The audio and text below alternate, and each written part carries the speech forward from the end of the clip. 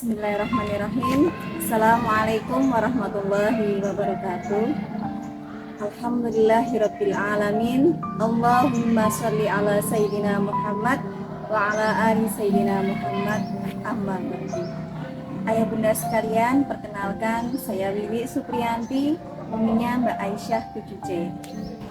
Aktivitas saya sehari-hari selain sebagai ibu rumah tangga dengan mendampingi tumbuh kembang 3 putra dan putri saya, alhamdulillah saya diberikan amanah sebagai pendamping bansos di Kecamatan Pucakwangi.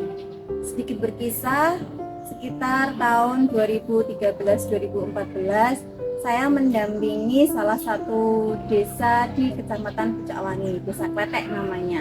Desa di perbatasan antara Pucakwangi dengan Kecamatan Jaken. Di sana ada sebuah tempat yang indah menurut saya, Bendungan Kletek. Karena aktivitas saya sebagai pendamping bansos yang harus mendampingi penerima bansos dari satu tempat ke tempat yang lain, sehingga saya lebih sering di lapangan daripada bekerja di kantor.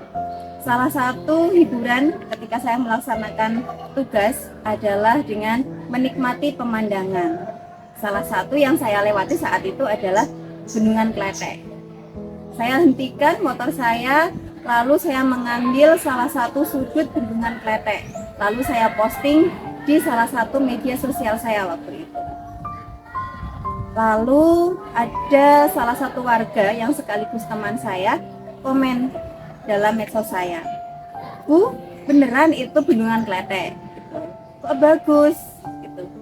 "Iya Pak, itu beneran Bendungan Kletek. Saya ambil dari sudut di pinggir jalan." Bagi warga setempat mungkin Bendungan Kletek adalah sesuatu yang biasa saja. Tapi bagi saya sebagai orang luar, dengan melihat dari sudut pandang yang lain, Bendungan Kletek itu adalah salah satu tempat yang cukup indah. Jadi sesuatu akan tampak indah atau sebaliknya tergantung dari sudut pandang mana kita melihatnya.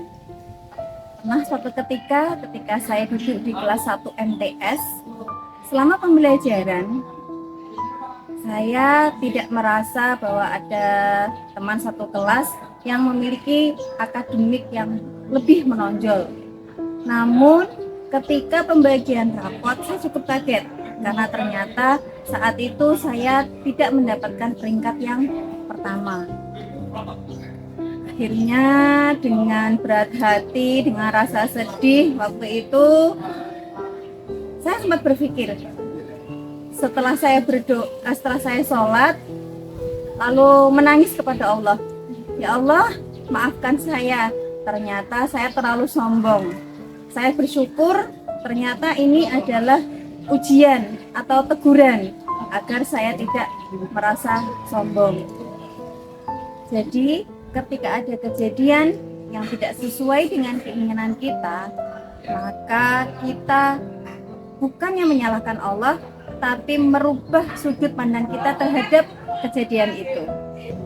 13 tahun yang lalu, saya bersama suami membangun usaha kecil-kecilan, berdagang boneka horta.